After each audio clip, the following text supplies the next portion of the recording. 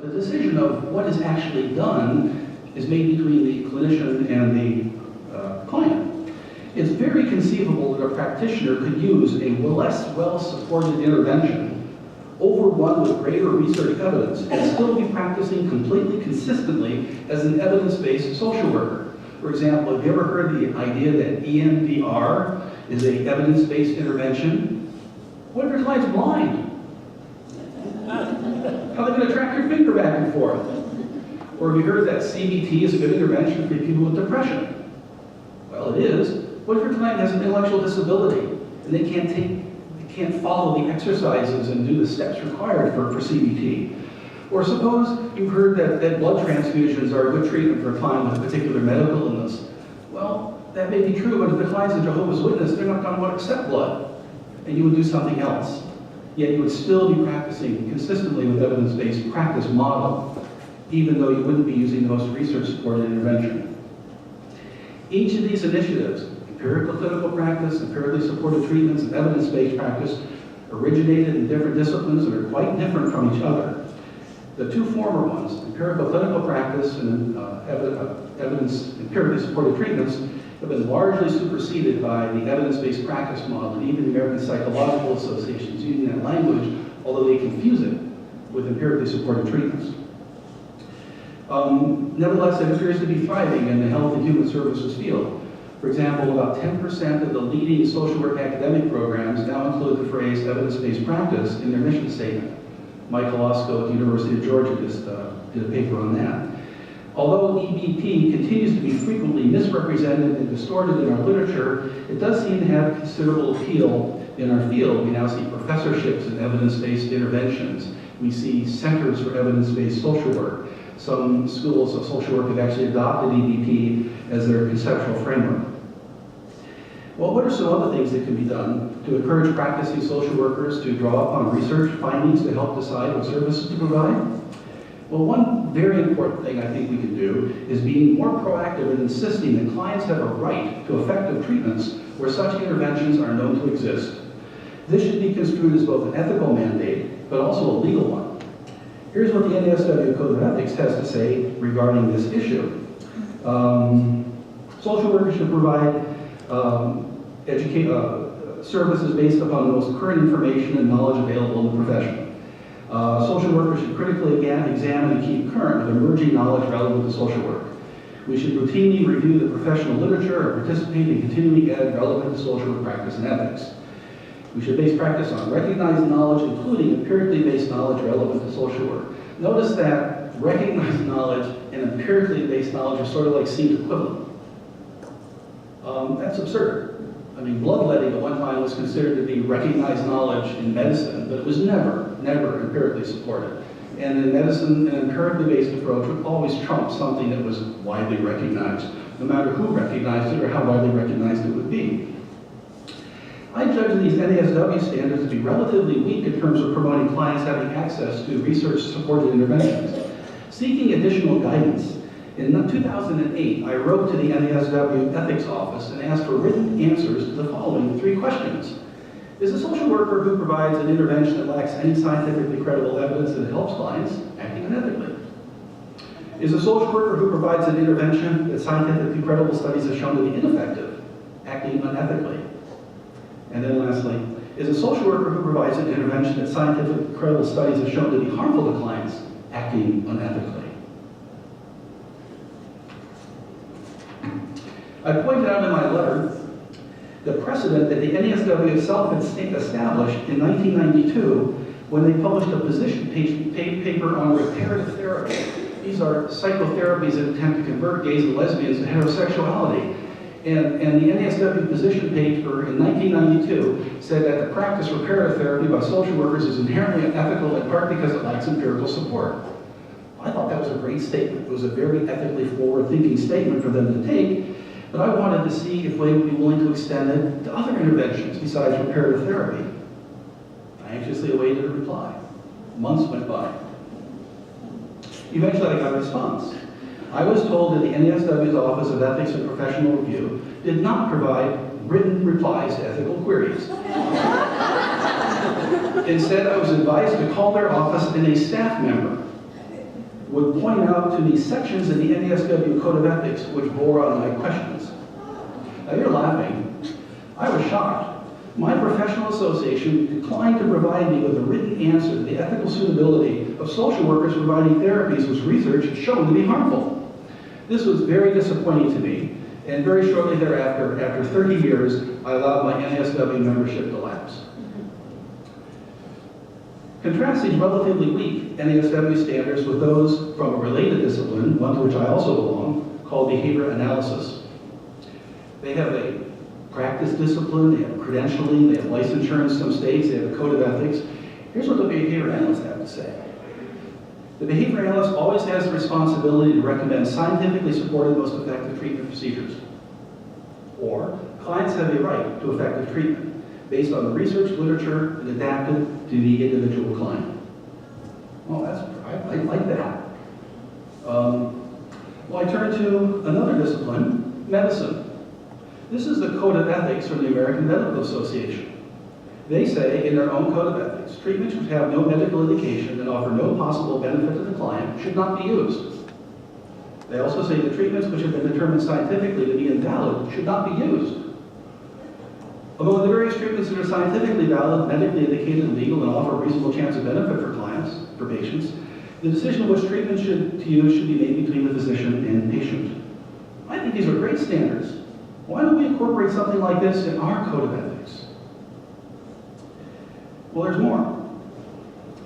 There's an organization called the World Medical Association, and they have formed a Code of Ethics called the Declaration of Helsinki. And the very last standard in the Declaration of Helsinki reads, in the treatment of a patient where proven interventions do not exist or have been ineffective, the physician, after seeking expert advice, with informed consent from the patient, may use an unproven intervention if in the physician's judgment offers hope of saving life, reestablishing psychosocial or physical well-being, or alleviating suffering. Where possible, this intervention should be made the object of research designed to evaluate its safety and efficacy. In all cases, new information should be recorded and, where appropriate, made publicly available. It's very clear that proven interventions are the default option here, according to this ethical code, and unproven interventions are only to be provided under carefully circumscribed circumstances and with client-informed consent. And even then, the use of single-subject design would seem to be called for to systematically evaluate the outcomes. Medical ethics also prescribe the use of placebo treatments. Here's what the American Psychiatric Association has to say. The use of placebo as a routine clinical practice with the specific intent to deceive the patient is unethical. That's pretty clear. Yet I've had students tell me in class, well, what's wrong with using placebo treatments if the clients like it, or they think it's making them better? I say, well, you don't go to graduate school for 2 years in order to become a placebo therapist.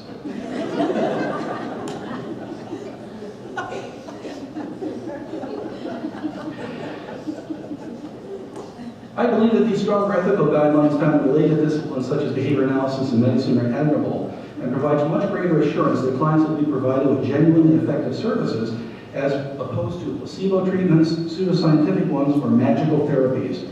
Were social work to adapt similar standards and enforce them, this would help bridge the gap between service and science. Magical therapies, did he say? Yes. You go online and Google LCSW and tarot, as in tarot cards, or LCSW and numerology, or astrology, or reading auras. You will find social workers as a part of their LCSW practice doing all of these things. I presented a paper at this at SWIR a few months ago with Eileen Gambrill and Julia Littell.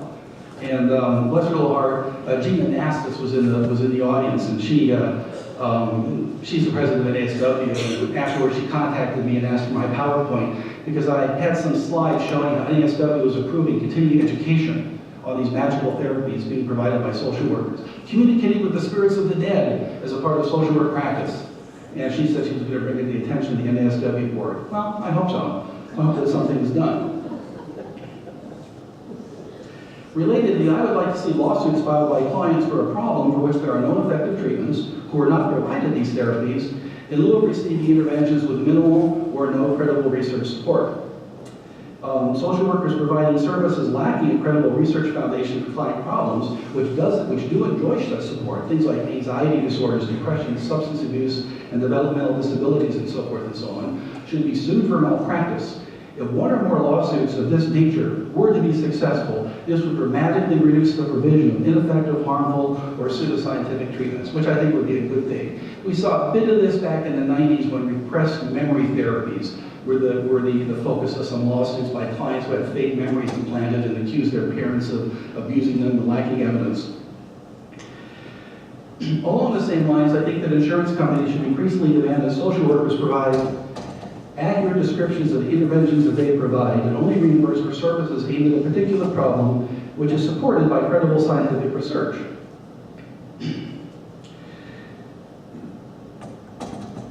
Similarly, state and federal agencies could mandate the application of the evidence-based practice model, which is not the same thing as advocating the establishment of designated ESTs. This is what this agency is going to do for everybody.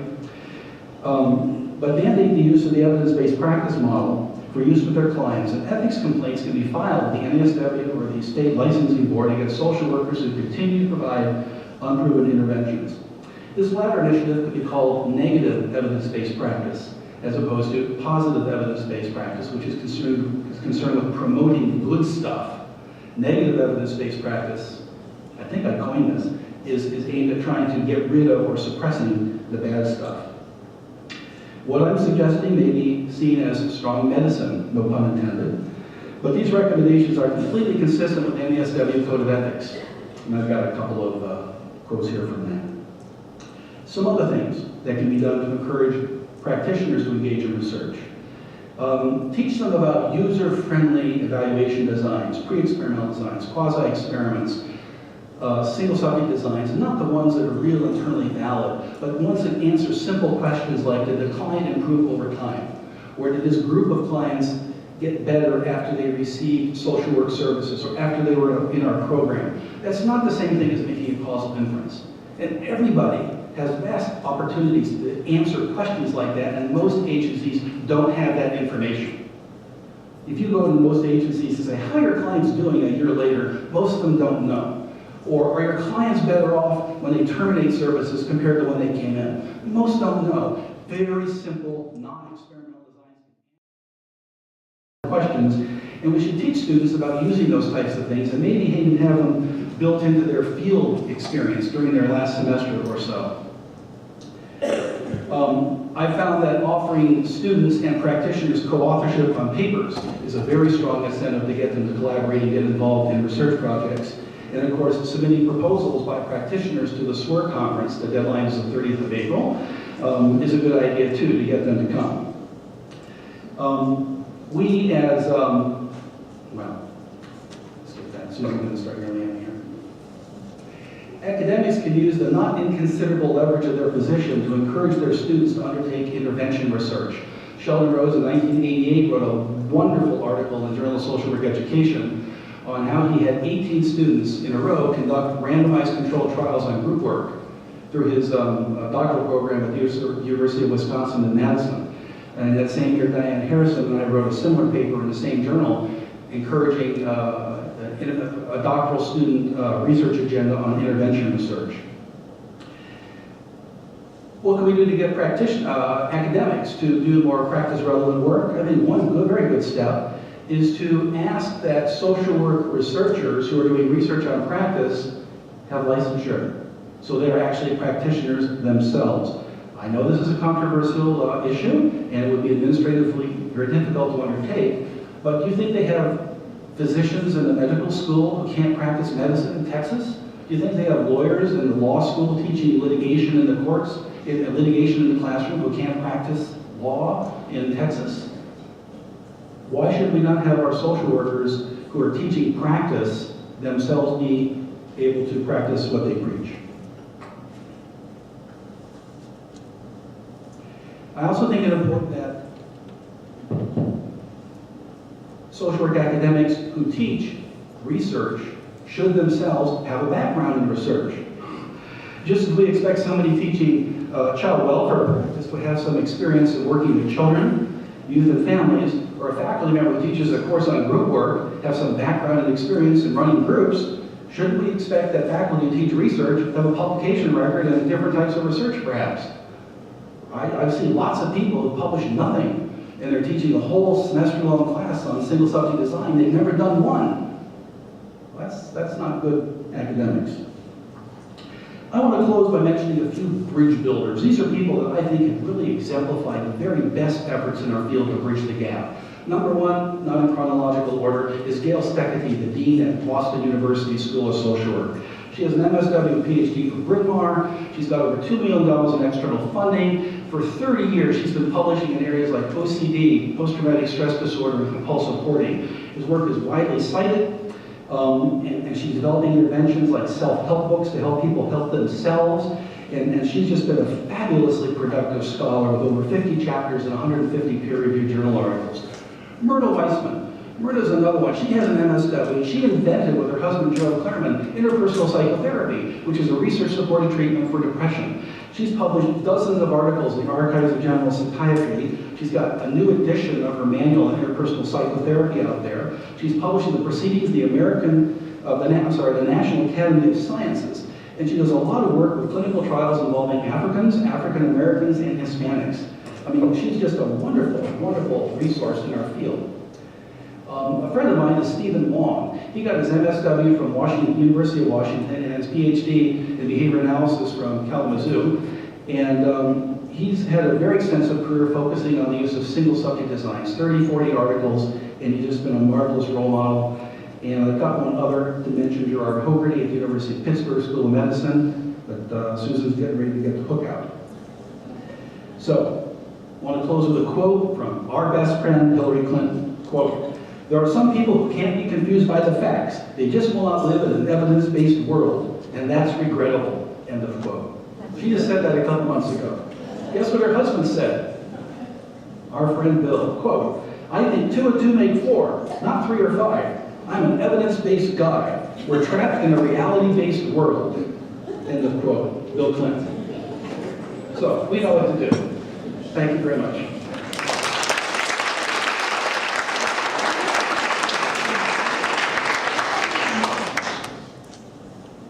Thank you, Bruce. I'm going to turn it over to the panel with Aaron first. Thank you, everybody, for bearing with us at the end of a nice day, but a long afternoon, and I'm fully aware that we are the only thing stopping you from alcohol. And music, excuse me. Those two do actually.